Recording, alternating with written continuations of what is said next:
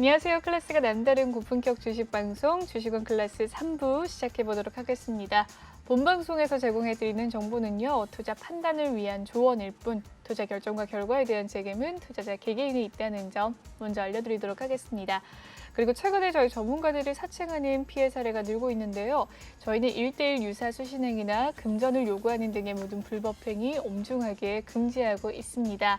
네, 3부에 준비한 소식은요. 주식왕 필살기 코너 알아보는 시간인데요. 오늘은 위너 전문가님의 주식왕 필살기를 살펴보도록 하겠습니다. 지금 바로 만나보시죠.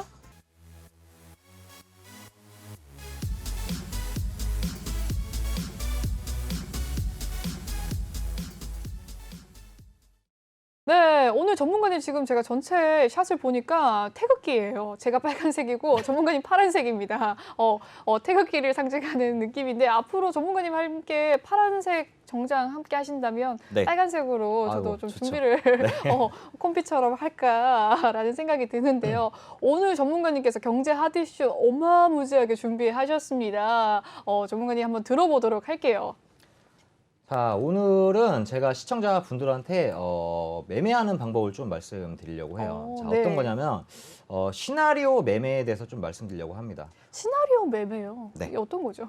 그러니까 이것만 생각하시면 돼요. 시나리오 매매를 하면은 네. 수익과 연결이 된다. 즉, 내 계좌가 빨갛게 들어올 수밖에 없다. 내가 약간 감독이 된 것처럼 좀 시나리오를 쓰는 이런 맞습니다. 항상 상상력인가요? 시나리오 매매 하셔야 돼요. 뭐 수급 보고 거래량 보고 네. 뭐 다 맞아요. 다 맞는데 수익이 그래도 좀 크게 나려고 한다면 시나리오 매매를 통한다면 훨씬 더 큰 수익이 날 수 있고 제가 뭐 수익률 자랑을 하려고 한 건 아니지만 결론적으로는 이제 그 1월 달에 휴마시스 같은 경우 한 60% 이상 시나리오 매매가 들어가면서 수익이 났고요. 네. 자, 그래서 시나리오 매매는 어떻게 하는 거냐에 대해서 제가 좀 설명을 드릴게요. 좋습니다. 지금 현재 시장에서 가장 핫한 게 코로나 관련주죠. 맞습니다. 진단키트. 네. 자, 근데 지금 35,000명인데 아까 그 앵커님한테도 제가 질문 드렸지만 기본 한 4시간 정도 걸리잖아요. 네. 근데 저는 이걸 언제 알았냐면 저번 달 1월 달에 코로나 그 확진자가 7,000명을 돌파했었을 때 네. 그때 막 2,000명, 3,000명, 4,000명 이렇게 왔다 갔다 네. 하다가 7,000명이 나온 거예요. 그로 인해서 진단키트 관련주 한 번 더 갔는데 주위에서 이제 이런 뭐 몸에 좀 이상이 있으면은 이제 검사를 받으러 가잖아요. 그렇죠. 그때 제가 검사를 받으러 갔었는데 그때 걸린 시간이 3시간이었어요. 전문가님 7,000명이었을 때 3시간. 음. 그러면서 느꼈죠. 7,000명인데 왜 3시간이 걸리지? 라고 보니까 때마침 또 금요일이었더라고요. 자, 근데 여기서 말씀드리고 싶은 건 뭐냐면 자, 7,000명인데 3시간이 걸렸다? 그럼 이제 저희가 여기서 이제 시나리오를 네. 봐야겠죠. 자, 이 당시에 미국 같은 경우는 오미크론 확진자가 50만 명에서 100만 명, 100만 명에서 150만 명. 그러니까 급작스럽게 계속 확진자가 늘고 있는 상황이었고 유럽도 마찬가지였고 네. 일본도 마찬가지였습니다. 자, 그러면 한국도 마찬가지로 오미크론 여파가 저는 강할 거라 생각을 했었고 자, 그렇다면 이렇게 오미크론 여파가 강한데 저희가 생각을 해봐야겠죠. 네. 자, 그러면 오미크론 여파가 강하니까 어떤 관련주가 갈까? 당연히 코로나 관련주겠지만 그렇겠네요. 이게 뭐 진단키트, 음악변실 여러 가지가 있겠지만 맞습니다. 위중증 환자는 없기 때문에 결론은 음악변실 제외하고 네. 자, 그렇다면 당연히 진단키트 관련주다라고 생각을 했겠죠. 네. 자, 그럼 진단키트 관련주 중에서도 여러 가지 기업이 있겠지만 이 중에서 항상 가는 종목만 가기 때문에 방금 말씀드린 뭐 휴마시스나 네. 뭐 수젠텍, 시젠 뭐 이런 종목들이 당연히 상승할 수밖에 없었다라고 저는 생각을 했었습니다. 그렇게 유추를 하셨군요. 네. 체험 삶의 현장으로. 네, 맞습니다. 네. 그래서 오늘도 마찬가지로 시나리오 매매 수익에 대해서 좀 말씀드릴 건데 아까 그 지금 시청자분들이 저는 개인적으로 진단키트 관련주를 들고 있다고 생각을 하고 있습니다. 네. 자, 그래서 여기서 좀 한 가지 좀 팁을 드린다면 어떤 걸 말씀드리고 싶냐면 진단키트 제가 단기적으로 보라고 말씀드렸잖아요. 그렇죠. 자, 단기적으로 보시고 조금 더 크게 상승할 거를 시나리오 매매로 지금 진단키트 팁을 드리는 겁니다.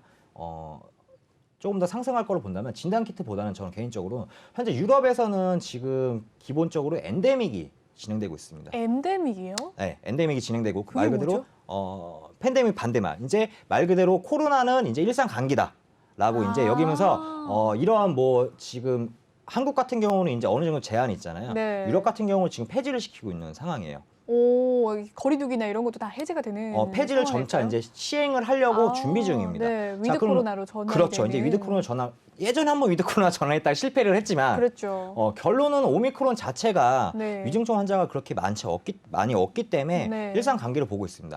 자, 그렇다면 일상 감기가 되면 당연히 이에 따라서 뭐 위드 코로나 관련주도 가겠지만 제가 보고 있는 거는 진단키트 관련주는 그러면 결론적으로는 이제는 약세가 될 수밖에 없다라고 생각하고 있습니다. 그래서 단타적으로. 네. 그렇죠. 그래서 어떤 걸 봐야 되냐라고 본다면 결론은 앵커님 저희가 만약에 감기가 걸리면 네, 바로 병원에 가지는 않잖아요. 그렇죠. 어디 가죠? 약국 가서 약을 삽니다. 네. 자, 그러면 결론적으로는 진단키트는 지금 단기적으로 상승을 하겠지만 먹는 치료제를 관련주 시청자분들께서 만약에 관심 있게 보신다면은 제2의 지금 진단키트처럼 급등을 할 수 있는 종목이다. 경구용 치료제를 좀 봐야 될까요? 보셔야죠. 왜냐하면은 단기적으로 진단키트는 저는 끝난다고 보고요. 네. 이제 유럽부터 시작해서 결론은 이제 미국도 이제 따라갈 거고 미국, 유럽 따라가면 결론은 한국도 따라갈 수밖에 없습니다. 중대본에서 2월 말에 17만 명까지 또 네. 코로나 확진자가 늘어날 것이다라는 뉴스가 있었어요. 네. 이런 걸 저는 또 그 이슈가 대비해서는- 사실은 뭐 증시에 큰 악재 단기적으로 변동성은 오겠죠. 네. 근데 생각해 보세요. 10만 명, 20만 명 됐어요. 네. 저 어떻게 될까요, 그러면? 면역력이 이제 자가 면역력이 생길 겁니다. 자, 오히려. 그로 인해서 마찬가지로 네. 뭐 큰 병보다는 자가 면역이 생기면서 결론은 이제 진단 키트는 이제 약세가 될 거고 네. 결국은 이제 일상 감기처럼 먹는 치료제가 더 뜰 거다라고 보고 있기 때문에 시청자분들께서는 지금 진단 키트 관련주로 어느 정도 수익을 보셨다면 이제는 똑같은 코로나 관련주로 본다면 앞으로는 먹는 치료제를 보시는 게 훨씬 더 유리할 것 같고요. 네. 좀 서론이 길었네요. 예, 어쨌든 시나리오 아니요, 매매는 굉장히 네. 번뜩이는 생각이었어요. 네. 네, 시나리오 매매는 이런 상황이라고 보시면 될 것 같고요. 요즘에 좀 가장 핫한 거를 좀 준비했어요. 제가 어떤 게 있죠? 자, 시나리오 매매는 그냥 하나입니다. 수익이다라고 생각하시면 되고 네. 제 가장 핫한 게 뭐냐면 아, 시장에 지금 뭐 약세를 띄우고 있는 그렇죠. 중에 하나가 바로 러시아랑 우크라이나 전쟁 대치를 하고 있습니다. 맞습니다. 자, 전쟁 대치를 하고 있는데 우리가 여기서 이제 봐야 될 게 현재 상황을 좀 보셔야 됩니다. 자, 현재 상황은 어떻게 됐냐? 러시아랑 우크라이나가 지금 전쟁 대치를 하고 있는 상황 속에서 나토군은 5,000명, 지금 현재는 동유럽에는 8,500명까지 배치를 할 수 있는 상황이고 폴란드와 독일 같은 경우는 2,000명, 루마니아는 1,000만 명을 지금 대치하고 있는 상황입니다. 하지만 러시아군은 약 13만 명을 어마무시하네요. 둘러싸고 있는 상황입니다. 네. 러시아 같은 경우는 조금 이따 말씀드리겠지만 한 7, 8년 전에 그 크림반도를 한번 이렇게 영토를 뺐을 때는 한 80만 명까지 동원했었어요. 그렇군요. 그렇기 때문에 13만 명이 많은 게 아니고 일부의 그냥 병력을 배치했다. 이렇게 둘러싸고 있다라고 네. 보시면 될 것 같고요. 자, 여기 보시면은 최근에 나왔던 이슈들을 체크하실 필요가 있습니다. 자, 어떤 거냐면 러시아가 현재 우크라이나 침공 시 필요 전력을 70% 정도 배치를 했다라고 보면 되는데 전체 배치 70%가 아니고요. 최근에 있었던 인원에서 70%를 배치했다라고 보시면 됩니다. 2주 전에는 결론에는 2주 전에 비해서 60개의 대대 전술단이 늘어난 상황이라고 보시면 되고요. 이게 지금 70% 늘어났다라고 보시면 되고 현재 이것도 얼마 전에 이슈로 따진다면 현재 같은 경우는 만약에 러시아가 우크라이나를 침공을 하게 된다면 민간인은 약 5만 명, 근데 난민들은 약 500만 명까지 사망할 수 있다라는 이런 악재가 나오고 있습니다. 자, 이런 악재 속에서도 저희는 결론적으로는 주식과 연결을 해야겠죠. 자, 그러면서 오늘자 좀 기사가 나왔어요. 자, 좀 보이실지 모르겠지만 오늘자에 어떤 기사가 나왔냐면 우크라이나 전 국방부 장관 파브리는 러시아 전력이 우크라이나를 만약에 전쟁을 했을 때 우크라이나 수도인 키예프는 기본적으로 점령할 수 있고 키예프뿐만이 아니고 일부 도시까지는 충분히 점령할 수 있다고 우크라이나 전 국방부 장관이 이런 발언을 했습니다. 자, 지금 현실적으로 굉장히 심각한 상황이라고 보면 되고요. 근데 한 가지 발언했던 건 뭐냐? 우리는 러시아랑 전쟁을 만약에 하게 된다면 총력을 다해서 싸울 것이다 라고 얘기를 하고 있습니다.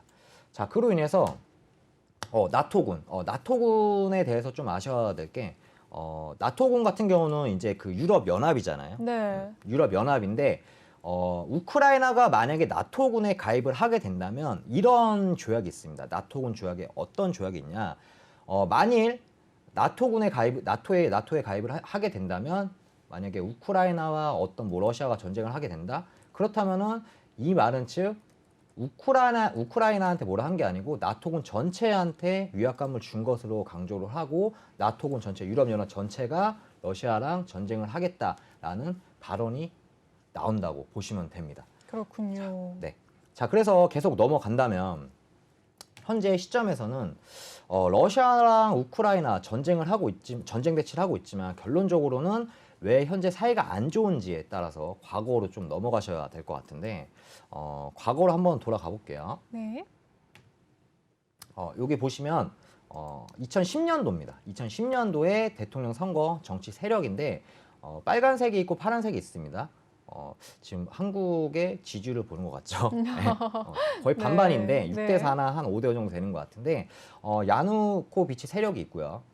티모센코 세력이 있습니다. 그렇군요. 야누코비치 같은 경우는 친러시아계라고 보시면 되고요. 네. 티모센코 같은 경우는 친유럽 계라고 보시면 됩니다. 네.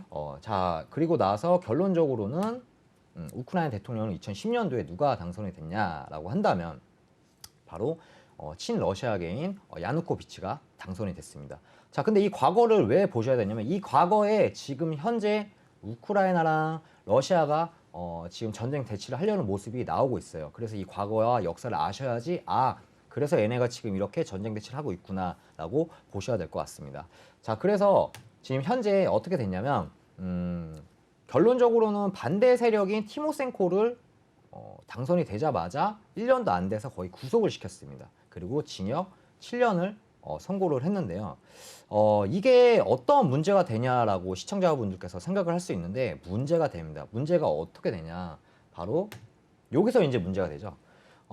그 야누코비치 같은 경우는 거의 네. 그 대통령 후반기 때 이제 본인 저택에서 어떠한 장부가 하나 발견이 됩니다. 자, 근데 이 장부가 몇 장짜리 장부인지 아세요? 모르겠습니다. 한 장짜리가 아니고 약 2만여 장의 장부. 2만 여자. 이 장부를 어디다 숨겨놨냐면 바로 네. 본인 저택 인공호수에다 숨겨놨어요. 어우. 자, 근데 여기서 문제가 네. 뭐가 되냐? 자, 결론적으로 이 비자금이 이 장부에 다 쓰여 있는 거죠. 본인 그렇군요. 비자금. 이 비자금이 얼마냐? 700억 달러. 자, 하나로 따지면 약 한 83조가 네? 됩니다. 이걸 본인이 다 83조요? 예, 그러니까 차명으로 호화 생활을 즐기면서 네. 뭐 골프장도 몇 개 인수를 했더라고요, 보니까. 자, 이렇게 인수를 했고, 자, 근데 이 뭐 비자금뿐만이 문제가 되는 게 아니고 제가 여기 전에 티모센코 반대 세력인 티모센코 네. 친유럽파 티모센코를 구속을 시켰다고 했잖아요. 그렇군요. 네, 맞습니다. 자, 근데 요게 보면은 티모센코가 어떠한 큰 잘못을 해서 구속을 시킨 게 아니고요. 그러니까 본인의 정치와 맞지 않고 반대 세력이기 때문에 어떠한 이슈를 뒤집어 씌워서 강제적으로 7년을 구속시킨 겁니다. 자, 이로 인해서 국민들은 분노할 수밖에 없죠. 왜냐하면 그렇겠네요. 어쨌든 티모센코 지지율도 거의 한 50%가 됐었고 네. 어쨌든 이런 50% 지지율 세력 속에서 이런 이슈가 터지면서 네. 기존에 있었던 야누코비치 세력들 또한 마찬가지로 티모센코 지지율로 넘어올 수밖에 없는 상황이 방금 됐습니다. 가질 수밖에 없겠어요. 네, 반감을 가질 수밖에 없죠. 네. 그러면서 어떻게 됐냐면 결론은 2014년도 후반기 때죠. 이제 대통령 후반기 때 야누코비치는 탄핵. 결론은 의회에서 탄핵이 됐다라고 말씀드리고 싶습니다. 자, 결론적으로 탄핵이 됐지만 여기서 이제 어떠한 문제가 되냐면 야누코비치가 친러시아계라고 말씀드렸잖아요. 네. 자, 그러면서 본인의 이제 신변 보호를 러시아한테 요청을 하게 됩니다. 자, 근데 러시아에 요청을 하는데 이게 조금 기사 내용이 조금 웃긴 게 좀 웃어서 좀 죄송하지만 웃긴 게 왜 웃기냐면은 네. 도망갔어요. 쉽게 얘기하면. 그러니까 국민들이 엄청난 분노로 해서 이 당시에 분노가 어마어마했기 때문에 그랬겠네요. 엄청난 분노로 해서 본인이 이제 이제 살해될 수 있다라는 이런 그 압박감에 결론은 네. 신변 보호 요청을 했고 네. 자, 그럼 도망가듯이 결론은 러시아로 가면서 신변 보호 요청을 했습니다. 네. 자, 근데 여기서 이제 중요한 점은 어떤 거냐? 바로 이겁니다. 야누코비치가 지지율도 안 좋죠. 네. 근데 현재는 본인이 대통령이라고 얘기를 하고 있어요. 탄핵은 당했는데 본인이 대통령이라고 우기고 있고 아하. 친러시아계다 보니까 네. 러시아한테 부탁을 한 거죠. 군사 개입을 시켜달라. 음. 그러면서 재차 정권을 다시 가져오려고 했었던 모습이 나왔습니다. 자, 그러면 러시아 입장에서는 당연히 좋을까요, 안 좋을까요? 전혀 좋지가 않죠. 왜 안 좋을까요? 이 기회에 러시아가 우크라이나를 뺏을 수가 있는데, 그렇네요. 그쵸. 러시아는 이 기회를 아, 놓칠 수가 없는 거예요. 네. 자, 그러다 보니까 어떻게 됐죠?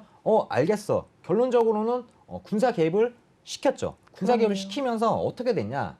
바로 여기 보시면 크림반도. 크림반도 러시아가 군사 개입을 시작을 하면서 크림반도 침공이 됐고 결론적으로 자 여기 보시면 병력이 나옵니다. 결론적으로는 우크라이나 총 병력은 13만 명인데도 불구하고 러시아는 이때 84만 5천여 명을 배치를 했습니다. 아까 네. 저희가 그 전장에 초반에 말씀드린 건 13만 명이잖아요. 네. 정말로 일부를 배치한 것 뿐이에요. 그렇군요. 지금 84만 명에 비하면 엄청 적다라고 보시면 돼요. 자, 이 말은 지금 어떤 내용이 되냐? 완벽하게 침공을 해서 네. 우크라이나를 뺏으려고 했다라고 볼 수밖에 없는 거죠. 자, 그렇다면 자, 결론적으로는 자, 우크라이나랑 러시아랑 전쟁 대치 사유를 좀 아셔야 될 것 같습니다. 자, 첫 번째는 아까 초반에 말씀드린 우크라이나 나토 가입 방지를 하기 위해서. 자, 여기서 만약에 우크라이나는 나토 가입을 하게 된다면 러시아는 이제 우크라이나를 절대로 건질 수가 없습니다. 그렇죠. 이 말은 즉 유럽뿐만이 아니고 미국과도 전쟁을 하자는 거기 때문에 네. 당연히 뭐 병력, 뭐 그다음에 뭐 이런 신개발, 뭐 군사 장비 당연히 러시아가 질 수밖에 없는 상황이기 때문에 우크라이나는 무조건 나토 가입 방지를 막을 거라고 보고 있고요. 자, 두 번째는 뭐냐? 여기서 많은 큰 수혜를 받죠. 자, 바로 유럽의 야말 프롬프 라인 가스 공급 중단이 됐죠. 네. 자, 그로 인해서 당연히 러시아 쪽에서 천연가스 엄청난 수혜를 보면서 급등이 됐습니다. 그렇군요. 자, 러시아 같은 경우는 천연가스 수출국이고 기본적으로는 천연가스 안에서 암모니아 수출을 하고 있지만 암모니아 질소비료 재료이고 결론적으로는 러시아는 세계 2위 암모니아 수출국으로도 포함이 되고 있습니다. 자, 그럼 마찬가지로 천연가스도 올랐지만 암모니아 가격도 수출하기 때문에 네. 가격이 올라가면서 충분하게 수혜를 볼 수 있다라고 볼 수 있고요. 자, 그리고 세 번째로는 바로 계속 상승하고 있죠. 어제도 그러네요. 상승한 것 같아요. 어제 본 것 맞습니다. 같아요. 어제도 아마 90달러 넘겼고. 자, 유가 상승. 네, 130달러까지 간다. 뭐 이런 소리도 있고요. 130달러, 일단 기본적으로 네. 100달러까지 갈 거다라고 네. 있는데 사실은 러시아, 우크라이나 지금 이런 상황 속에서도 어느 정도의 지금 타격이 크다고 봅니다. 자, 그게 왜 그러냐면 결론적으로는 러시아 같은 경우는 미국이 현재 1위잖아요. 네. 2위가 바로 러시아입니다. 러시아가 세계에서 2위이고 하루에 평균적으로 약 500만 배럴 석유를 수출하고 있는 국가라고 그렇군요. 보시면 됩니다. 네. 자, 그렇다면은 이런 상황 속에서 전쟁을 하다 보니까 당연히 국제 유가는 급등할 수밖에 없고 천연가스도 급등, 국제 유가도 급등. 이거 수혜 지금 누가 보죠? 전쟁을 하던 안 하던? 러시아가 보네요. 맞습니다. 네. 전쟁을 하던 안 하던 러시아는 지금 수혜를 볼 수밖에 없는 상황. 피해는 누가 보죠? 우리가요. 피해자는 우리 소비자. 우리가 우리가 볼 수밖에 네. 없습니다. 저 혹시 앵커님 운전하세요? 저는 운전은 안 합니다. 안 하세요? 네. 혹시 주위 운전하시는 분도 있죠? 있죠. 그럼 전기차가 네. 많아요? 휘발유차가 많아요? 휘발유차가 그쵸? 많죠. 저도 휘발유차인데 네. 요즘 기름값 너무 비싸요. 그러니까요. 이게 바로 뭐 때문에 그렇다? 바로 이 러시아 우크라이나 전쟁 맞습니다. 이로 인해서 국제유가 상승을 했다라고 네. 보고 있고요. 자, 그리고 요거는 좀 중요하죠. 어떤 거냐면 이거는 이제 러시아랑도 포함이 되어 있지만 러시아가 또 뭐 국제유가 뭐 유가나 천연가스뿐만이 아니고 세계 최대 밀 수출국이라고 보시면 됩니다. 여러 가지 수출을 다 하고 있어요. 네. 자, 근데 우크라이나 하면은 뭐가 생각나시죠, 시청자분들? 앵커님 혹시 뭐가 생각나? 우크라이나. 네, 김태희가 바깔고. 맞습니다. 네, 김태희가 바깔죠. 바로 농사 농업. 짓는다. 맞아요. 네. 농업 지역이죠. 네네. 전 국민의 50%가 농업을 하고 있고 마찬가지로 우크라이나 또한 50% 이상의 그 수출 국가라고 보시면 됩니다. 마찬가지로 밀, 곡물 여러 가지가 포함되어 있다라고 보시면 되고요.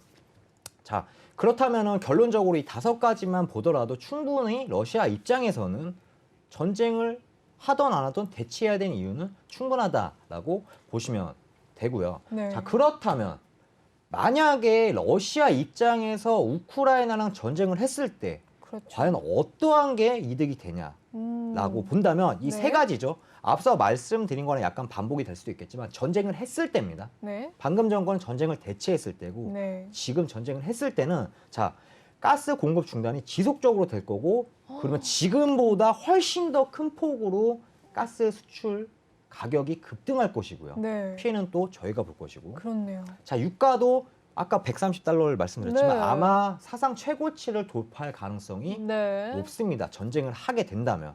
자, 그리고 세 번째는 바로 밀 수출 가격이 인상이 되는데요. 자, 러시아와 우크라이나가 만약에 만약에 러시아가 우크라이나를 침공을 하고 네. 나서 영토를 만약에 뺏었을 때는 네. 어떠한 가격이 인상이 되냐면 러시아와 우크라이나가 만약에 밀을 합치게 돼요. 그럼 네. 수출량이 전 세계 30% 이상을 차지하게 됩니다. 네. 그러면 이 수출 가격 또한 러시아에서 마음대로 정할 수가 있다는 거. 그렇네요. 이렇게 보시면 될 것 같고요. 음. 자, 이로 인해서 제가 말씀드리고 싶은 거는 어떤 거냐면 바로 자, 여기는 좀 넘기고요. 네. 좀 보시고요. 자, 이로 인해서 지금 말씀드리고 싶은 건 어떤 거냐? 네. 전쟁을 하던 안 하던 현재는 천연가스 가격이 급등을 했고요. 러시아는 현재 수혜를 보고 있습니다. 자, 유럽뿐만이 아니고 글로벌 시장에서도 피해를 보고 있고 네. 결국 저희 소비자한테까지 피해를 보고 있는 상황인데요. 자, 이로 인해 시장이 약세인데도 어떻다? 시장이 약세지만 개별 종목으로는 크게 상승하면서 크게 움직였다라고 말씀드리고 싶습니다. 그런데 어떤 종목들이 있을지 좀 궁금하네요. 세 가지죠. 사실은 천연가스와 네. 그다음에 유가. 요 한 가지는 조금 뒤에 말씀드리고 하고요. 좋습니다. 자, 여기 보시면 기사 자료를 좀 제가 가지고 왔어요. 네. 미국 천연가스 16% 급등. 다 보면 우크라 사태죠. 네. 마찬가지로 유럽 천연가스 하루 만에 15% 급등. 네. 자, 결론은 러시아와 우크라이나 전쟁 대치만 하더라도 이렇게 상승할 수밖에 없다라고 시청자 여러분한테 말씀드리고 싶고요. 자, 또 넘겨서 보면은 국내 천연가스 관련주가 뭐 많죠. 뭐 GSE가 천연가스 관련주로는 아무래도 뭐 크게 많이 움직이죠. 뭐 SH 에너지 화학도 있지만 GSE가 보통 크게 많이 움직입니다. 왜 그런가요? 보통은 결론적으로는 이런 뭐 테마와 엮였을 때는 네. 보통 대장이라고 하면 원래 시가총액이 높은 종목을 말하지만 네. 시청자분들이 생각하는 대장이라고 하는 건 그냥 가는 종목이 대장이다라고 보시잖아요. 네. 항상 이런 어떤 테마와 섹터가 엮였을 때는 만약에 GSE가 먼저 갔다라고 네. 한다면 큰 이슈가 바뀌지 않는 이상 GSE가 대장으로 갈 수 있다. 근데 여기서 제가 어떤 걸 보여드리고 싶냐면 네. 단기적으로 몇 프로 급등했느냐가 중요한 거예요, 시청자분들. 그럼요. 단기적으로 몇 프로? 83%가 급등했다는 거죠. 네. 자, 시장이 좋았나요? 단기적으로 저희가 뭐 올 여름부터 아니요, 작년 여름부터 하락장이었죠. 3,300포인트에서 계속해서 결론은 내려가고 있죠. 2,700포인트까지 빠지고 있는 상황에서도 개별 종목은 83% 급등을 했다라고 보여드리고요. 자, 그리고 자, GSE 주요 정보 없습니다. 자, 보이시죠, 시청자분들? 없어요. 그냥 뭐다? 도시가스 공급하는 업체다. 가스 관련주다. 네. 어디다? 경남 지역에. 심지어 경남 지역에. 네. 그러니까 이건 뭐냐면 말 그대로 천연가스가 급등을 하면서 결론적으로는 대장으로 지목이 됐고 수급이 쏠리다 보니까 개인 투자자들은 어떡하죠? 이거 왜 수급 쏠리지? 이게 이건 대장인가? 기업들도 몰랐을 것 같은데요. 그런가요? 아닌가? 아마 모르고 진입하셨을 수도 있어요. 그냥 네. 이런 거죠. 가스 급등주 GSE네? 이렇게 생각하는 시청자분들 굉장히 많을 겁니다. 네. 사실 기업 정보는 뭐 크게 없어요. 이 기업이 뭐 재무가 엄청나게 특별해서 뭐 지금 운이 기술적으로 뭐 없다. 자리가 엄청 네, 이런 게 아닙니다. 네. 말 그대로 딱 하나예요. 천연가스가 상승으로 인했기 때문에 네. 말 그대로 GSE가 이렇게 갔다라고 보시면 되고요. 자, 또한 유가도 있겠죠. 자, 여기도 지금 기사를 보시면은 최근에 있었던 기사죠. 저번 달 말에 에너지 대란이 오고 있는 상황입니다. 이런 에너지 대란, 국제유가가 상승을 하고 결론 유럽에서는 에너지 대란이 오고 있고요. 자, 그러면 결론적으로 이렇게 상승하고 있는데 나왔죠. 지금 휘발유가. 이거 이틀 전 거예요. 이틀 전 거. 그렇네요. 이틀 전에 어떻게 나왔냐면 국제유가 따라가는 휘발유가 3주 연속 상승. 이 시청자분들 지금 전기차를 뭐 끌고 계시는 분들도 계시겠지만 휘발유 차량과 경유 차량 이런 차량이 더 많다고 저는 생각하고 있습니다. 저 또한 그렇고요. 이거 저희가 그냥 그대로 피해 보고 있는 거예요, 사실은. 그렇네요. 따지고 싶습니다. 따지고 싶지만 결론적으로 국제유가 상승을 했다. 자, 그럼 이에 관련해서도 당연히 국제유가 하면 어디다? 시청자분들 머릿속에 있을 겁니다. 자, 이에 따라서 국제유가도 단기적으로 얼마나 상승했는지 잠시 볼게요. 자, 중앙에너비스. 자, 몇 프로? 단기적으로 93%가 급등했다라고 정말 많이 급등했네요. 알려드리고 싶습니다. 네. 마찬가지로 시장이 좋았다, 안 좋았다? 안 좋았다. 하지만 이런 테마로 결론적으로 시장이 좋던 안 좋던 개별 종목, 개별 섹터, 개별 테마로 움직일 수밖에 없다. 어떠한 이슈에 따라서라고 볼 수 있고요. 자, 중앙에너비스 마찬가지로 얘네도 뭐 별거 없습니다. 휘발유, 경유, 석유, LPG 판매 업체예요. 자, 좋은 거는 더블 재료죠. 천연가스와 그 다음에 국제유가 이 두 가지의 더블 재료를 갖고 있는 관련주라고 볼 수 있어요. 그래서 더 큰 폭으로 상승을 했고요. 자, 그리고 한 가지 더. 한국석유. 네, 더 많이 급등했네요. 네. 이때는 어떠한 이슈가 있었냐면 마찬가지로 국제유가 상승했지만 그냥 이겁니다. 종목이 있잖아요, 앵커님. 석유, 무슨 유가, 무슨 석유 이런 유가 들어가잖아요. 네. 그럼 그냥 급등이었어요. 이 당시 시장은. 맞습니다. 10% 급등, 20% 네. 급등. 자, 이렇게 나왔다고 말씀드리고 싶고요. 한국석유 별거 없습니다. 얘네도 마찬가지로 뭐 때문에 갔다? 얘네 기업은 그거예요. 석유로 제품을 제조하고 도소매하는 기업이라고 보시면 됩니다. 네. 자, 근데 마찬가지로 석유류가 들어가기 때문에 결론은 유가 관련주, 그 다음에 네. 국제유가 가격 상승으로 인해 수혜를 봤다라고 보시면 되고요. 그렇군요. 자, 그러면 제가 이거를 왜 말씀드리냐? 이겁니다. 자, 시청자분들 지금 천연가스, 국제유가 들고 계신 분들 계시죠? 어떻죠, 지금? 많이 올랐습니다. 자, 천연가스, 국제유가 다음은 뭐가 오를까요?라고 우리가 지금 생각을 하셔야 돼요. 자, 어떤 시나리오 거냐? 매매 이야기를 하고 있었죠. 그러고 보니까. 맞습니다. 네. 제가 수익률 자랑한 게 아니고 네. 자, 보셔야 돼요. 네. 천연가스, 국제유가 올랐으면 다음은 곡물이라고 보시면 되는데 아까 말씀드린 게 뭐냐? 결론은 러시아가 전쟁에서 승리 시에는 현재 우크라이나 같은 경우는 세계 곡물 수출이 20%입니다. 또한 아시아와 아프리카만 따졌을 때 아시아는 저희도 포함되죠. 그렇네요. 40%라 볼 수 있습니다. 그렇군요. 자, 결론은 러시아와 우크라이나가 전쟁을 해서 전쟁을 승리할 시는 결론은 전 세계적으로 30% 곡물을 수출할 수 있는 수출량을 가지고 있다. 자, 그렇다면 어떻게 될까요? 곡물 가격은 오를 수밖에 없다라고 말씀드리고 싶고요. 이게 이제 좀 중요하죠. 자, 단기적으로 보냐, 장기적으로 보냐를 좀 말씀드리고 싶은데 얘네가 러시아가 전쟁을 하든 안 하든 러시아는 어차피 상관이 없어요. 계속적으로 수혜를 볼 겁니다. 만약에 전쟁을 했다, 승리한다, 더 큰 수혜 보고요. 전쟁 안 하고 그냥 이 상태로 뭐 한 달이나 두 달 이렇게 만약에 시간을 끌고 있다, 그럼 더 올라갑니다. 결론 러시아는 수혜를 볼 수밖에 없는 상황이기 때문에 굳이 빠르게 전쟁할 필요는 없고 겁만 주고 있는 상황이라고 보고 있고요. 자, 곡물 한 3일 전, 저번 주 금요일이었던 것 같아요. 저번 주 금요일 날에 나왔죠. 우크라이나가 전 세계 식량 가격 폭등이 되고 있고 결론은 러시아가 우크라이나 침공 시 에너지뿐만이 아니고 곡물, 원자재까지 들썩이고 있는 상황이면서 결론은 어떻게 됐다? 11년 만에 곡물 가격이 올라갔다. 최고치가 됐네요. 네, 이게 아마 금요일 날 나왔던 기사 내용이었을 거예요. 네. 자, 그러면 이제는 뭐다? 곡물 관련주가 움직이고 있다. 이제 천연가스, 국제유가 너무 많이 나왔어요. 이슈가 네. 너무 되다 보니까 이제 얼마 올랐어? 시장에 반영도 안 돼요. 지금 90달러 넘은데 못해도 100달러 이상은 넘어가야지 시장에 반응이 올 겁니다. 천연가스 또한 똑같고요. 자, 그렇다면 여기서 중요한 게 뭐냐면 2014년도를 보셔야 됩니다. 2014년도요. 2014년도에 제가 네. 아까 초반에 말씀드린 뭐가 있었다? 러시아가 크림반도를 영토를 뺏었다라고 말씀드렸는데 네. 서울의 대한민국의 한 4분의 1 정도의 크기라고 보시면 돼요. 그렇군요. 작은 크림반도가 아닙니다. 굉장히 좀 큰 크네요. 크림반도인데 자, 이때 2014년도에 결론 러시아가 우크라이나 침공을 해서 크림반도를 이제 영토를 뺏었는데 지수는 어땠을까요? 전체적으로 좋지는 않았습니다. 자, 근데 여기서 중요한 게 뭐냐면 이게 2014년도 곡물 관련 차트예요. 오. 이걸 말씀드리고 싶습니다. 현재 차트가 아니고 2014년도 차트입니다. 여기서 말씀드리고 싶은 건 뭐냐?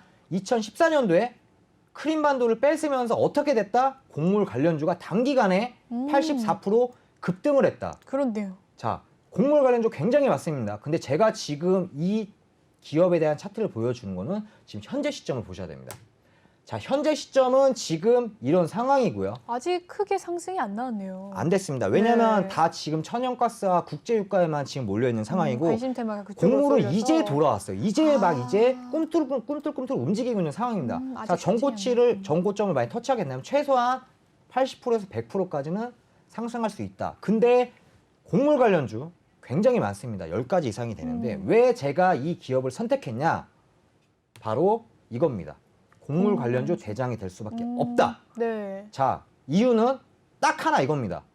현재 이 기업의 자회사가 있군요. 러시아에서 약 1만 5천여 평의 농장 사업을 하면서 곡물을 지금 사업을 하고 있어요. 곡물 수출도 하고 뭐 수입도 하고 이런 농장 사업을 하고 있습니다. 네. 결론은 이 기업에 대한 자회사 이 하나로 인해서 결론 대장이 될 수밖에 없고 2014년도도 84% 급등을 했고 현재 지금 이런 시점이다라고 말씀드리고 싶습니다. 자, 그렇다면은 제가 좀 정리를 하자면 천연가스 국제유가 이미 많이 급등을 했고 어느 정도 오르더라도 이제 시장에서는 반영이 됐기 때문에 크게 움직임은 없을 겁니다. 이제는 곡물로 돌아올 거고요. 러시아, 우크라이나 뭐 일주일, 이주일 뒤에 끝날 것 같진 않아요. 최소한 한두 달은 더 끌고 갈 것 같고요. 단기적으로 보더라도 이런 이슈가 있고 자, 그래서 이런 이슈를 통해서 결론적으로는 1월달하고 2월달 통합 수익이 난다면 167%의 수익이 났고 제가 2주 전에 나왔을 때가 아마 방송 보신 분들은 아시겠지만 110%였어요.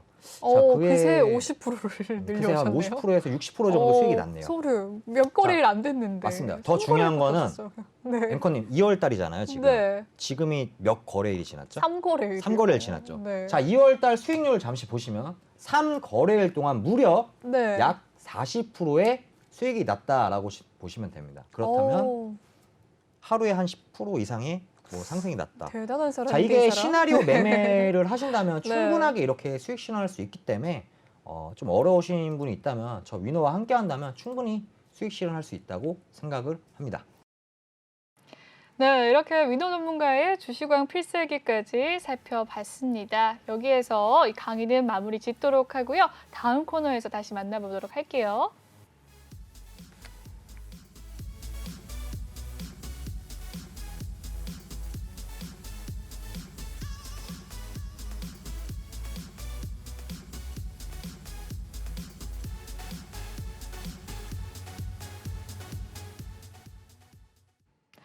네, 이번 시간 경제 뉴스 코너입니다. 오늘 장에 이슈가 됐던 뉴스들 하나씩 살펴보도록 할 텐데요. 첫 번째 뉴스는 바로 이겁니다. 네, 한겨레에서 발췌를 한 기사입니다. 오늘부터 편의점에서도 자가 검사 키트 판매가 된다라는 소식인데요. 어떤 소식인지 한번 살펴보도록 하겠습니다. 네, 한겨레에서 발췌를 한 기사이고요. 오늘부터 편의점에서도 이 자가 검사 키트가 판매가 된다라는 소식입니다. 1인당 무려 5개까지 구매가 가능하다는 건데요. 한번 살펴보도록 하겠습니다. 네, 이미 이 편의점에서 330만 개가 확보가 되었다라는 소제목으로 시작을 했는데요. 판매가는 6,000원이라고 합니다. 이 편의점 앱에서도 재고를 확인할 수 있다고 하네요. 어떤 소식인지 조금 더 살펴보도록 하겠습니다. 네, CU와 GS 등 이 편의점들도 25일 오늘부터죠. 코로나19 자가 검사 키트를 판매한다라는 소식으로 시작을 했습니다. 정부 지침으로 편의점과 약국에서만 자가 검사 키트를 판매할 수 있게 되면서 이 편의점들이 물량 확보와 재고 알림 서비스 등에 공을 들이고 있다라는 소식인데요. CU는 오늘 전국 15,800여 개 점포에서 각각 이 자가 검사 키트를요 20개들이 한 박스를 또 공급한다고 밝혔다고 합니다. 각 편의점에 물량이 보급되는 점심시간 전후로 매장에서 1인당 5개씩 구매를 할 수 있는 건데요. CU가 오늘까지 확보한 자가검사 키트는 레피전 제품 100만 개라고 합니다. 이번 주 중에 휴마시스 제품도 추가로 확보해서 공급할 계획이라고 하네요. GS25시도 오늘부터 전국 15,500여 개 점포에서 이 자가검사 키트를 판매한다고 하는데요. 점포별로 레피전 제품 20개들이 한 박스가 또 공급이 되고 1인당 구매 한도는 역시나 5개라고 합니다. 오늘까지 GS가 확보한 물량은 80만 개 분량이라고 하네요. 또한 세븐일레븐도 17일부터 전국 70여 개 점포에서 이 자가검사 키트를 판매한다고 하는데요. 휴마시스 제품 100만 개를 확보했다라는 소식입니다. 이마트24도 휴마시스와 수젠텍 자가검사 키트 50만 개분을 확보해서 17일부터죠. 모레부터 이 전국 점포에 유통을 할 계획이라고 하네요. 이 편의점 자가검사 키트 낱개 판매가는 6,000원인데요. 식품의약품안전처는 가격 급등을 막기 위해서 다음 달 5일까지 이 대용량 포장 자가검사 키트를 약국과 편의점에서만 개당 6,000원에 판매하도록 한시적으로 지정을 했다고 합니다. 구매량은 1인당 5개로 제한을 했지만요.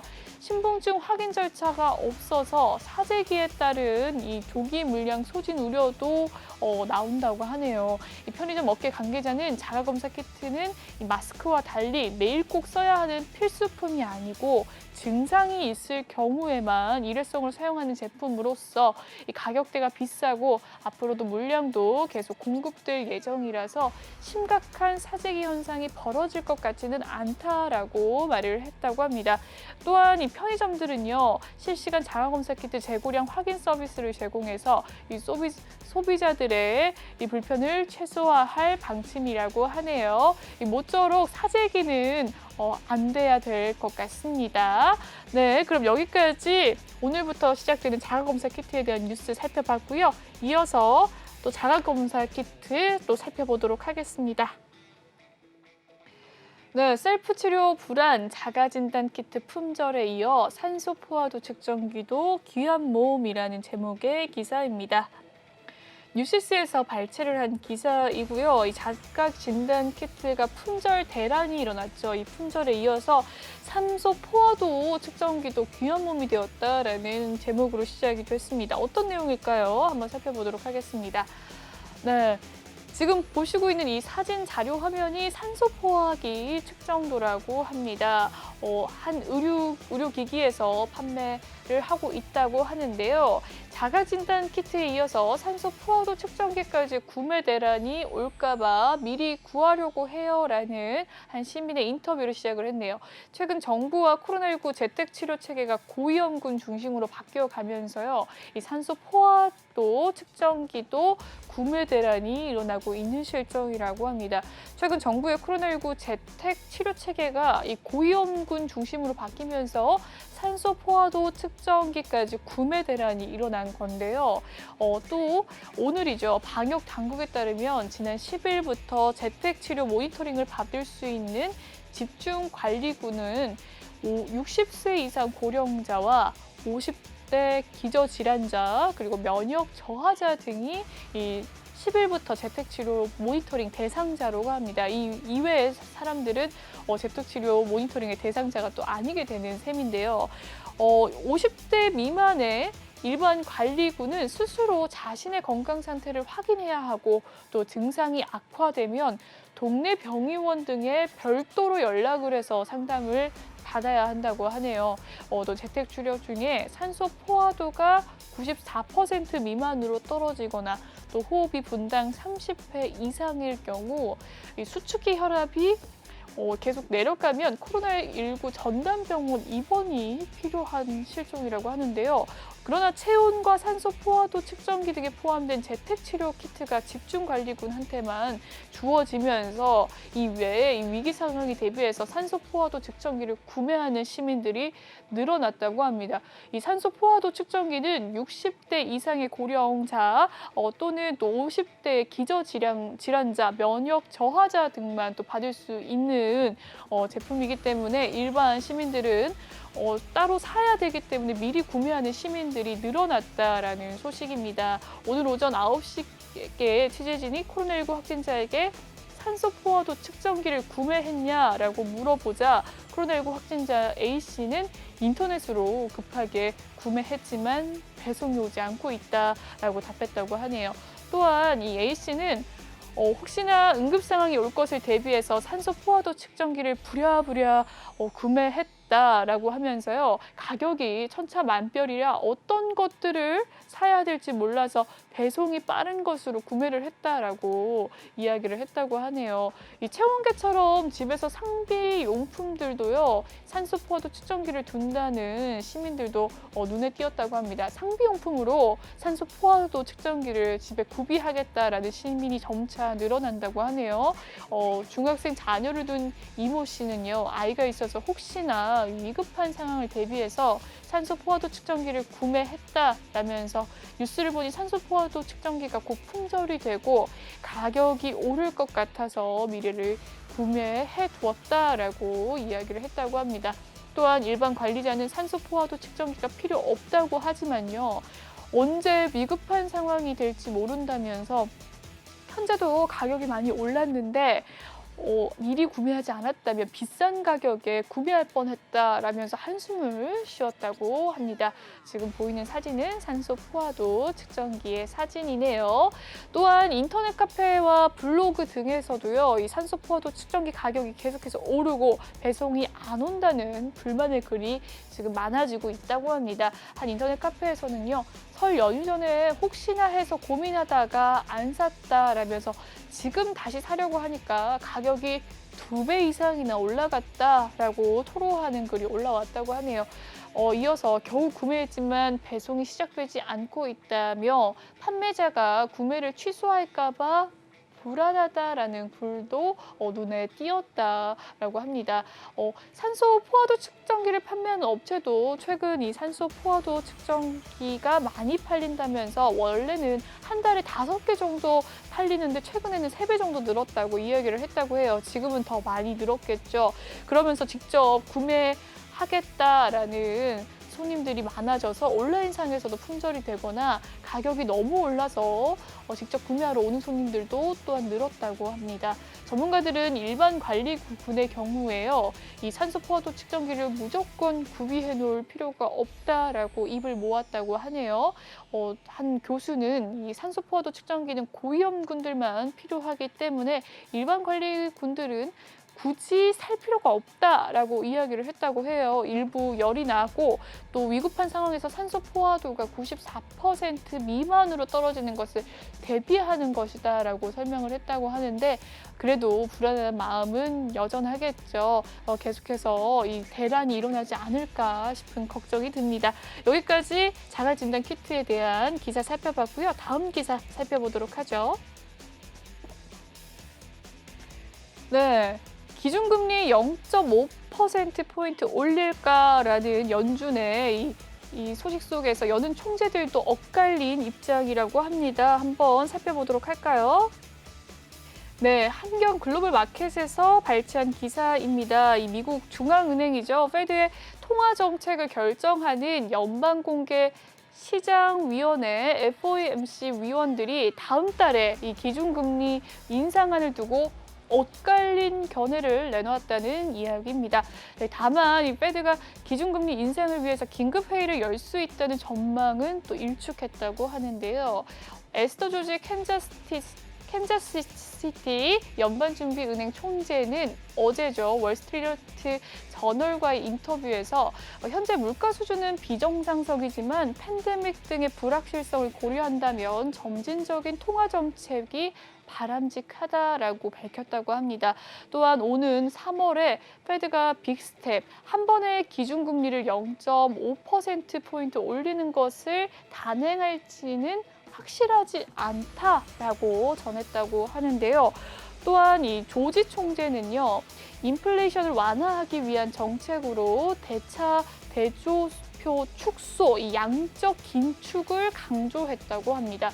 또한 그는 9조 달러에 달하는 페드의 대차 대조표가 장기 금리를 낮추고 있다면서요. 이 당장 3월부터 양적 긴축을 해야 한다는 것은 아니지만 이 단기 금리가 장기 금리보다 높아지는 것을 막기 위해서 이 대차 대조표의 축소를 고려해야 한다라고는 이야기를 했다고 하네요. 네, 여기까지 하는 총재의 인터뷰를 살펴봤습니다.